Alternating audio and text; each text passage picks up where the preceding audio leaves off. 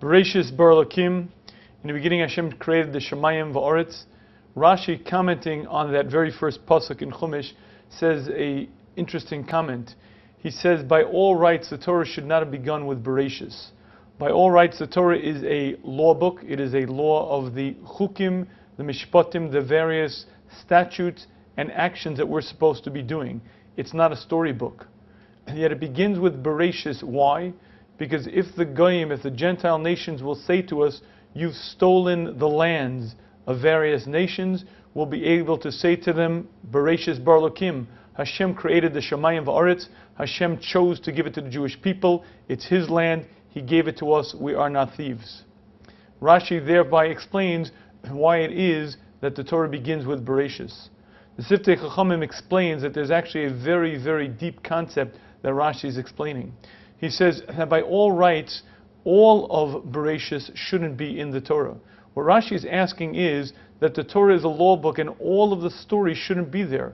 The reason the stories are there because the Torah began with Bereshis. Once it started as a chronological sort of expression, once it began with a storyline, it continued with the Avos, it continued with Avram, Yitzchak, Yaakov. But in reality, all of the stories in the Torah shouldn't be there. It should be strictly a book of law.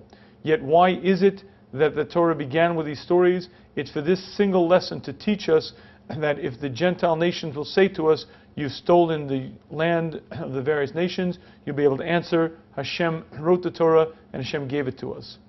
This Rashi is rather perplexing, because if we're being told that the reason why Hashem changed the very nature of the Torah is so that the Gentile nations wouldn't accuse us of stealing their land, it would seem that the Torah failed in its mission. The main claim against Israel today is the fact that we've stolen the land of other nations.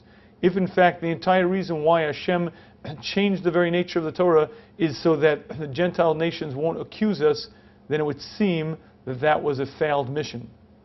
And I believe the answer to this question really is that the lessons in the Torah are not for the Gentile nations.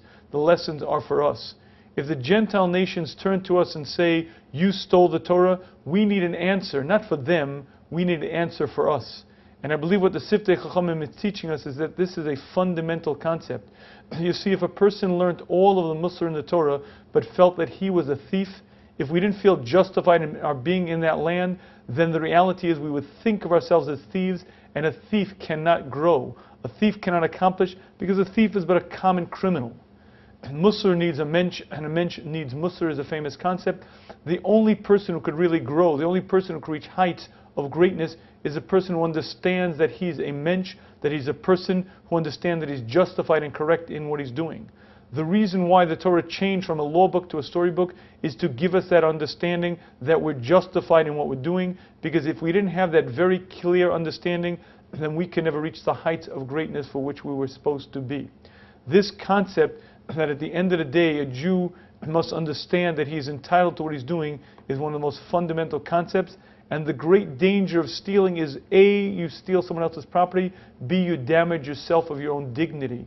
You damage your own sense of who you are, and at the end of the day you're nothing but a common thief. This concept is so critical that Hashem changed the very Torah and began with Bereshis to teach us it.